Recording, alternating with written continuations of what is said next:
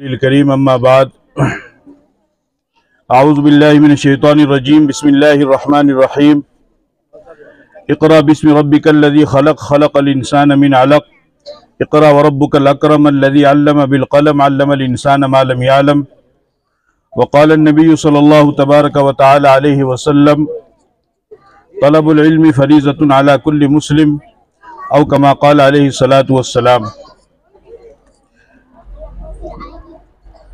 मदरसा तालीमुल कुरान के इस अज़ीमुश्शान प्रोग्राम में शिरकत करने वाले मुअज़्ज़ज़ सामीईन, बुज़ुर्ग हज़रात, नौजवान, पर्दा नशीन माएँ और बहनें, बिलखुसूस हमारे आज इस प्रोग्राम के मेहमान खुसूसी शहर नवलगढ़ की हमारी एक अजीम और बुजुर्ग शख्सियत जनाब फजल करीम साहब हफिज़हुल्लाह, अमीर तबलीगी जमात नवलगढ़ और मुअज़्ज़ज़ सामीन, अभी काफ़ी देर से आप हजरात ने बच्चों के और बच्चियों के प्रोग्राम को देखा और सुना। बच्चों ने कई दिनों से मुसलसल मेहनत और जुस्तजू करके जो तैयारियां की, कुरान के मुताल्लिक, अहादीस के मुताल्लिक, अकाइद के मुताल्लिक या इसी तरीके से नात और तकरीर के ताल्लुक से वो प्रोग्राम बच्चों ने आपके सामने पेश किया।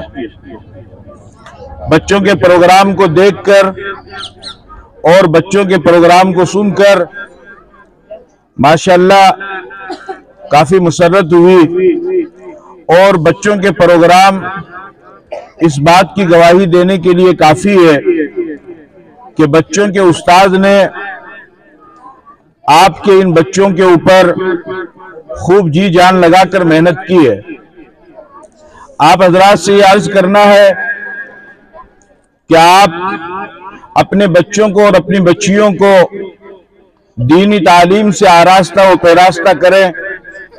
उन्हें किसी भी सूरत में, किसी भी हाल में दीनी तालीम से महरूम ना करें। दीनी तालीम का अंदाजा, पढ़ाई का अंदाजा, तालीम को हासिल करने का अंदाजा इस बात से लगाया जा सकता है कि इस्लाम के अंदर बेशुमार बड़े बड़े अरकान और बड़े बड़े अहकाम हैं। सबसे बड़ी चीज तो ईमान है कि ईमान के बगैर कोई अमल भी काबिल कबूल ही नहीं है। इसी तरीके से नमाज है, नमाज को इस्लाम का, दीन का सुतून बताया गया है। इसी तरीके से रोजा है, इसी तरीके से ज़कात है, इसी तरीके से हज करना है। जब आप इस्लाम के अरकान पर गौर फिक्र करेंगे तो आपको मालूम होगा कि इस्लाम के बहुत बड़े बड़े अरकान हैं जो बहुत ज्यादा इस्लाम के अंदर जरूरी है और उनको इस्लाम के अंदर बहुत ज्यादा तालीम और अहमियत दी गई है। लेकिन आप देखिए, अल्लाह रब्बुल इज्जत ने जब अपने पाक पैगंबर, जब आपके अपने आखिरी नबी खातमुल अंबिया, ताजदार मदीना, सरकार दो आलम, आकाए नामदार जनाब मोहम्मद रसूलुल्लाह सल्लल्लाहु अलैहि वसल्लम पर कुरान करीम की पहली आयत नाजिल फरमाई तो अल्लाह ताला ने सबसे पहले ये आयत नाजिल फरमाई, इक़रा, पढ़ यानी तालीम हासिल कर।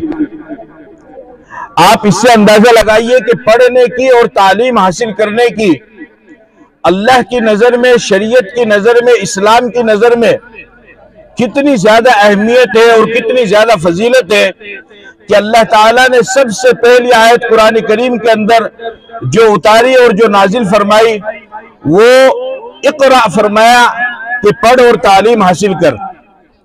चुनांचे हदीस के अंदर आता है, नबी पाक सल्लल्लाहु अलैहि वसल्लम ने इरशाद फरमाया, तलबुल इल्मि फरीज़तुन अला कुल्लि मुस्लिम, कि इल्म का हासिल करना हर मुसलमान के ऊपर फर्ज है। जिस तरीके से नमाज और रोजा फर्ज है उसी तरीके से इल्म दीन को हासिल करना कि जिस इल्म के जरिए से आप अपनी बेहतरीन जिंदगी गुजार सके, शरीयत की रोशनी में गुजार सके, इस्लाम के दायरे में रह करके गुजार सके, इस्लाम के हुदूद में रह करके गुजार सके, उन तमाम उलूम को सीखना और उन तमाम उलूम को अपने बच्चों को सिखाना, इसको शरीयत ने फर्ज करार दिया है। इस वजह से हमारा ये फर्ज बनता है कि हम अपने बच्चों को दीनी तालीम से रोशनास कराएं, अपने बच्चों को और अपनी बच्चियों को दीनी तालीम जरूर दिलाएं। याद रखो, अगर हमने अपने बच्चों को तालीम से महरूम रखा तो वो कौम कि जिसके पास तालीम ना हो, जिसके पास शऊर ना हो, तो फिर वो कौम हमेशा दूसरों के नक्शे कदम पर चलती है, वो कौम हमेशा दूसरों की गुलामी करती है।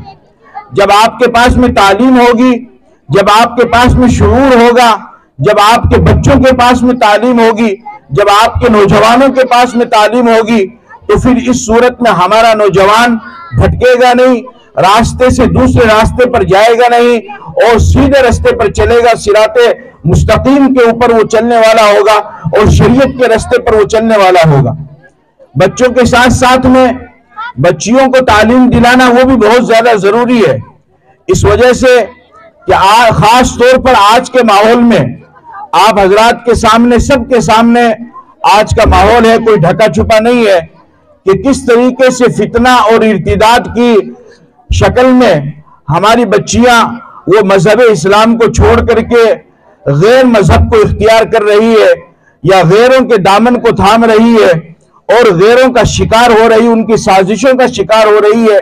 ऐसे माहौल में तो अपनी बच्चियों को दीनी तालीम दिलाना और भी ज्यादा जरूरी हो जाता है। और ये जो मकतब बने हुए हैं, इन मकतब की अहमियत को आपको समझना है। देखने में तो ये मामूली मकतब लगते हैं, देखने में तो ये छोटे से मदरसे लगते हैं, देखने में तो ये मस्जिद में थोड़ी देर का पढ़ाई का, पढ़ने पढ़ाने का और सीखने सिखाने का एक मशगला लगता है, लेकिन हकीकी बात यह है कि इन छोटे छोटे मकतबों के जरिए से और इन मस्जिदों में जो तालीम दी जाती है, इन तालीम के जरिए से बच्चे और बच्चियों के दिलों के अंदर ईमान की आजमत, ईमान की अहमियत पैदा होती है और फिर वो किसी भी सूरत में अपने उन ईमान को छोड़ने वाले और उस ईमान का सौदा करने वाले नहीं होते। आज ईमान की अहमियत और ईमान की आजमत ना होने की वजह से मुसलमान मामूली मामूली चीज पर अपने ईमान का सौदा कर रहा है, मामूली चीज को हासिल करने के लिए अपने ईमान का सौदा कर रहा है। बच्चियां अपने ख्वाहिशात को पूरा करने के लिए अपने ईमान का सौदा कर रही है। याद रखिए, इन मकतब के अंदर जब आप अपने बच्चों को और अपनी बच्चियों को भेजेंगे और वो आकर के यहाँ पर तालीम हासिल करेंगी तो इंशाअल्लाहुल अजीज कितना ही सख्त से सख्त फितना उनके सामने क्यों ना आए या कैसे ही सख्त से सख्त हालात उनके सामने क्यों ना आए, वो अपने ईमान का कभी भी सौदा नहीं करेंगे। मैं अपनी माँ बहनों से भी दरखास्त करूंगा कि अपनी बच्चियों को तालीम दिलाओ, इस वजह से कि बेटी तो वैसे भी पढ़ाई होती है। बाप अपनी बेटी को अपने पास में 18 साल तक या 20 साल तक रखता है, उसके बाद में फिर बाप अपनी बेटी को दूसरे के हवाले करता है और बेटी फिर अपने ससुराल में जाती है। आज तालीम ना होने की वजह से हमारा ससुराली माशरा भी इंतहाई खराब हो चुका है और वहां पर भी जुल्म की इंतहा हो चुकी है। इस वजह से कि हमने अपनी बच्चियों को तालीम नहीं दी, ये एक बहुत बड़ी गलतफहमी है और ये एक बहुत बड़ा कसूर है, ये एक बहुत बड़ी गलती है कि जिसकी तरफ कोई तवज्जो नहीं दी जा रही है। बच्ची की उम्र 20 साल हो गई, बच्ची की उम्र 21 साल हो गई, बाप तैयार हो जाता है और बाप कहता है कि मुझे अपनी बेटी की शादी करनी है, मुझे अपने बेटी की रुखसती करनी है, मुझे अपनी बेटी को विदा करना है और उसके लिए बेहतरीन किस्म के, हर किस्म के बेहतरीन से बेहतरीन और अच्छे से अच्छे सामान मुहैया करके जहेज में अपनी बेटी को देता है और जो कुछ भी वो दे सकता है वो देने की कोशिश करता है। याद रखो, लेकिन उसके बावजूद भी घरों से शिकायतें आती है और घर आबाद नहीं होते हैं। याद रखो, पैसों से घर आबाद नहीं होते हैं, अच्छे महल्लात से घर आबाद नहीं होते हैं और अच्छे मकानात से घर आबाद नहीं होते हैं, बल्कि अच्छे अखलाक के जरिए से और इस्लामी तालीम के जरिए से घर आबाद होते हैं। कि बीवी को ये मालूम हो कि शौहर का मेरे ऊपर क्या हक है, और शौहर को यह मालूम हो कि मेरी बीवी का मेरे ऊपर क्या हक है, बाप को यह मालूम हो कि मेरी बेटी का मेरे ऊपर क्या हक है, और माँ बाप को यह मालूम हो कि मेरी औलाद का मेरे ऊपर क्या हक है। जब सबको अपने हुकूक मालूम होंगे और सब अपने हुकूक के मुताबिक चलेंगे तो फिर इस सूरत में घर आबाद होगा, वरना तो घर आबाद नहीं हो पाएगा। आज कितने बाप हैं, ईमानदारी से आप मुझे बताओ, कितने बाप हैं कि जो शादी से पहले अपनी बेटी को बिठाते हैं और बिठा करके समझाते हैं और उसे बताते हैं कि बेटी अब तक तो तू मेरे घर में मेरे पास में मौजूद थी और मैंने तुझे संवारा संभाला और मैंने तुझे तैयार किया, अब तू दूसरे घर में जाएगी तो वहां पर तुझे किस तरीके से जिंदगी गुजारनी है, तुझे किस तरीके से वहां पर रहना है। जब आप इस चीज की तालीम अपनी बच्चियों को देंगे तो इंशाअल्लाहुल अजीज बच्चियों का घराना वो आबाद होगा और वो खुशगवार जिंदगी गुजारेगी। हदीस के अंदर आता है, आप अलैहिस्सलाम ने इरशाद फरमाया कि मेरी शरीयत में सजदा जायज नहीं है, अगर मेरी शरीयत में सजदा जायज होता तो मैं बीवियों को यह हुक्म देता कि वो अपने शौहरों को सजदा करें। कितना बड़ा मकाम अल्लाह ताला ने उसका बयान फरमाया है। आप अलैहिस्सलाम ने फरमाया मनिब्तुलिया बिशैइन मिनल बनाती फसबर अलैहिन्ना कुन्ना लहू हिजाबन मिनन नार, कि जिसको अल्लाह ताला ने बेटियां अता फरमाई और वो उन बेटियों की पैदाइश पर शिकन न चढ़ाए और उन बेटियों की पैदाइश को अपने लिए बोझ ना समझे, बल्कि उन बेटियों की पैदाइश को अल्लाह की नियामत समझे और उस पर अल्लाह का शुक्र अदा करे। और जिस तरीके से बेटे की पैदाइश पर खुश होता है इंसान, उस तरीके से बेटी की पैदाइश पर भी खुश है। तो अल्लाह ताला ने फरमाया कि ये बेटी उस बाप के लिए जहन्नम से आड़ बनेगी और जहन्नम में जाने का और जहन्नम में से जाने से का रुकावट का जरिया बनेगी, कि अल्लाह ताला उसके ऊपर जहन्नम की आग को हराम फरमा देंगे। बेटी रहमत है, अल्लाह ताला ने उसको रहमत बनाया है, अल्लाह ताला ने उसको सहारा बनाया है। ये सब चीजें कब हासिल होगी? ये उस वक्त हासिल होगी कि जब हमारे पास में दीन की तालीम होंगी। इस वजह से आप सभी हजरात से दरख्वास्त है कि अपने बच्चों को और अपनी बच्चियों को दीनी तालीम दिलाओ। अल्लाह रब्बुल इज्जत ने कुरान करीम को इंसानों की हिदायत के लिए उतारा है, हमारे लिए कुरान करीम को उतारा गया है, हमारी हिदायत के लिए कुरान करीम को उतारा गया है।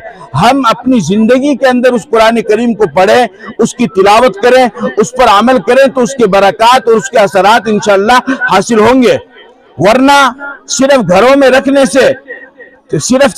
रखने से कुरान की बरक़ात और कुरान के अनवारात हासिल नहीं होंगे। जिस तरीके से अगर आपको बुखार हो, जब आप गोली खाएंगे, दवा लेंगे, उसको अपने जिस्म में उतारेंगे, तब आपको जाकर के उस बुखार के जाय होने का और उसके खत्म होने का, उसके जाइल होने का असर जाहिर होगा। इसी तरीके से जब हम कुरान को पढ़ेंगे, उस कुरान की तिलावत करेंगे, उसको समझेंगे, तो इंशाअल्लाहुल अजीज हमारे घरों से वो तमाम चीजें खत्म होगी और अनवारात और बरकतें और रहमतें हमारे घरों के अंदर आएगी। इसलिए सुबह सुबह के वक्त में अपने घरों में कुरान की तिलावत का मामूल बनाइए। कुरान अल्लाह की किताब है, इसको लावारिस मत बनाइए, इसको लावारिस मत बनाइए। ये कुरान लावारिस नहीं है। अफसोस की बात है कि 60 साल की जिंदगी गुजर जाती है, 70 और 80 साल की जिंदगी गुजर जाती है, लेकिन जिस कुरान को अल्लाह ने हमारे दिलों की रोशनी के लिए, जिस कुरान को अल्लाह ने हमारी हिदायत के लिए, जिस कुरान को अल्लाह ने हमारी दुनिया व आखिरत की कामयाबी के लिए और जिस कुरान को हम तक पहुंचाने के लिए पैगंबर ने तमाम तकलीफों को बर्दाश्त की और सहाबा किराम ने तमाम तकलीफों को बर्दाश्त किया, हमने अपनी जिंदगी के अंदर कभी भी उस कुरान को हाथ भी नहीं लगाया, उस कुरान को देखा भी नहीं, उस कुरान को पढ़ा भी नहीं, उस कुरान को समझा भी नहीं। और उससे ज्यादा बड़ा जुल्म यह किया कि हमने अपने बच्चों को और अपनी बच्चियों को भी उस कुरान की तालीम से महरूम रखा। इससे बड़ा जुल्म और कोई दूसरा नहीं हो सकता। कभी भी अपनी जिंदगी के अंदर अपने बच्चों को और अपनी बच्चियों को कुरान की तालीम से महरूम ना करना, उन्हें कुरान जरूर पढ़ाना। आप अपनी बच्चियों को कुरान पढ़ा दो, आप अपने बच्चों को कुरान पढ़ा दो, उनको कुरान के मुताबिक चलना सिखा दो, शरीयत के मुताबिक उनको चलना सिखा दो, दीन के तकाजों के मुताबिक उनको चलना सिखा दो, पैगंबर की सीरत के मुताबिक उनको चलना सिखा दो, सहाबा की सीरत के मुताबिक उनको चलना सिखा दो। अल्लाह के अहकाम के मुताबिक उनको चलना सिखा दो, तो इंशाअल्लाहुल अजीज उनकी दुनिया और आखिरत दोनों को अल्लाह ताला संवार देगा और उसे खुशगवार बना देगा और उसे पुरसुकून बना देगा। अफसोस की बात यह है कि हमारे पास में आज जो चीज है उसको हम अपनी जिंदगी के अंदर इस्तेमाल करते हैं। मेरा मोबाइल मेरी जिंदगी में इस्तेमाल होगा, मेरी गाड़ी मेरी जिंदगी में इस्तेमाल होगी और मेरा मकान मेरी जिंदगी में इस्तेमाल होगा। उसके अलावा जितनी भी जरूरत की चीजें हैं वो तमाम चीजें हम अपनी जिंदगी के इस्तेमाल करते हैं। लेकिन कुरान एक ऐसा लावारिस हमने कुरान को बना दिया कि जब तक घर में से किसी का जनाजा नहीं उठेगा उस वक्त तक हम कुरान करीम को खोलते भी नहीं है और उसकी तिलावत भी नहीं करते हैं। इससे बड़ा जुल्म और क्या हो सकता है। ऐसा ना कीजिए, कुरान करीम को मुर्दों के लिए खास मत कीजिए, कुरान करीम को सिर्फ अपने मरहूमीन के लिए खास मत कीजिए, बल्कि कुरान करीम को अपने सीने से लगाइए, उसको पढ़िए, उसकी तिलावत कीजिए। सहाबा किराम ने कुरान करीम को पढ़ा और ऐसी तिलावत की कि उनकी तिलावत को सुनने के लिए आसमान से फरिश्ते आए। उसैद इब्न हुज़ैर रज़ियल्लाहु ताला अन्हु तिलावत कर रहे हैं, पास में एक बच्चा सोया हुआ है, तिलावत जोर से करते हैं तो और उसके पास में घोड़ा भी बंधा हुआ है। अब तिलावत जोर से करते हैं तो डर लगता है कि कहीं घोड़ा बिदक ना जाए और बच्चे को तकलीफ ना पहुंच जाए, तो आहिस्ता पढ़ने लगते हैं। फिर उसके बाद में ख्याल आता है, इत्मीनान नहीं होता है, फिर जोर से पढ़ने लग जाते हैं। फिर डर लगता है कि घोड़ा कहीं बिदक करके बच्चे को तकलीफ ना पहुंचा दे, फिर आहिस्ता पढ़ने लगते हैं। इस तरीके से आहिस्ता और जोर से पूरी रात कुरान की तिलावत करते रहे। सुबह के वक्त में फजर की नमाज के बाद अल्लाह के नबी सल्लल्लाहु अलैहि वसल्लम के पास आए और फरमाया कि या रसूल अल्लाह, आज रात मैंने एक अजीब माजरा देखा। आपने फरमाया क्या हुआ?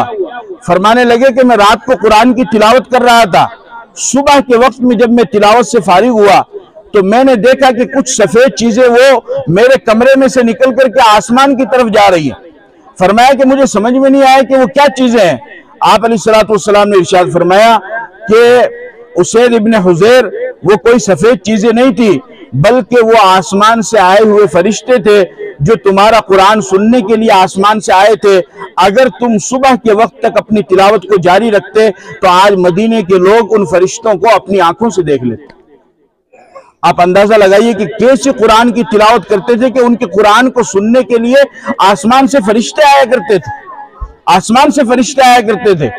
ऐसी तिलावत सहाबा किराम ने की और इतनी कुर्बानियों के साथ में ये कुरान हम तक पहुंचाया है। इसलिए छोटे छोटे मकतब और ये छोटे छोटे मदरसे और ये मस्जिदों की छोटी छोटी तालीम ये हमें ये शहादत देती है, हमें ये बताती है, हमें पुकार पुकार करके हमें ये कहती है कि हम अपने बच्चों को और अपनी बच्चियों को कुरान की तालीम से आशनास कराएं, उन्हें कुरान की तालीम से जोड़ें और उन्हें मजबूत करें। वरना मेरे भाई, फितने का जो जमाना चल रहा है, इस फितने के जमाने में अपने बच्चों के अकाईद को और अपने बच्चों के ईमान को बचाना बड़ा ही मुश्किल काम है। जब आप अपने बच्चों को सिखा देंगे, अपने बच्चों को बता देंगे, तो फिर आपके बच्चे तौहीद पर कायम रहेंगे, कुफ्र और शिर्क के अंदर मुब्तला नहीं होंगे। आपके बच्चे खत्म नबूवत के ऊपर कायम रहेंगे। आज मुसलमानों की कितनी बड़ी तादाद ऐसी है कि जो खत्म नबूवत का इनकार कर रही है, जो खत्म नबूवत के ऊपर कायम नहीं है, जो खत्म नबूवत को जानती भी नहीं है और किसी के भी बहकावे में आकर के वो खत्म नबूवत का इनकार कर जाती है। याद रखिए, आप अपने बच्चों को जब तालीम देंगे तो आपके बच्चे खत्म नबूवत के ऊपर कायम रहेंगे। अगर खत्म नबूवत के ऊपर हमारा कयाम नहीं रहा या हमारी बच्चों का ईमान नहीं रहा तो फिर हमारे ईमान किसी भी काम का नहीं है। खत्म नबूवत का इकरार करना भी हमारे लिए जरूरी है। खत्म नबूवत का मतलब क्या है? खत्म नबूवत का मतलब यह है कि अल्लाह रब्बुल इज्जत ने आदम अलैहिस्सलातु वस्सलाम से अंबिया का जो सिलसिला चलाया, वो सिलसिला चलता रहा यहां तक कि आखिर में अल्लाह ताला ने मोहम्मद सल्लल्लाहु अलैहि वसल्लम को अपना नबी बनाया।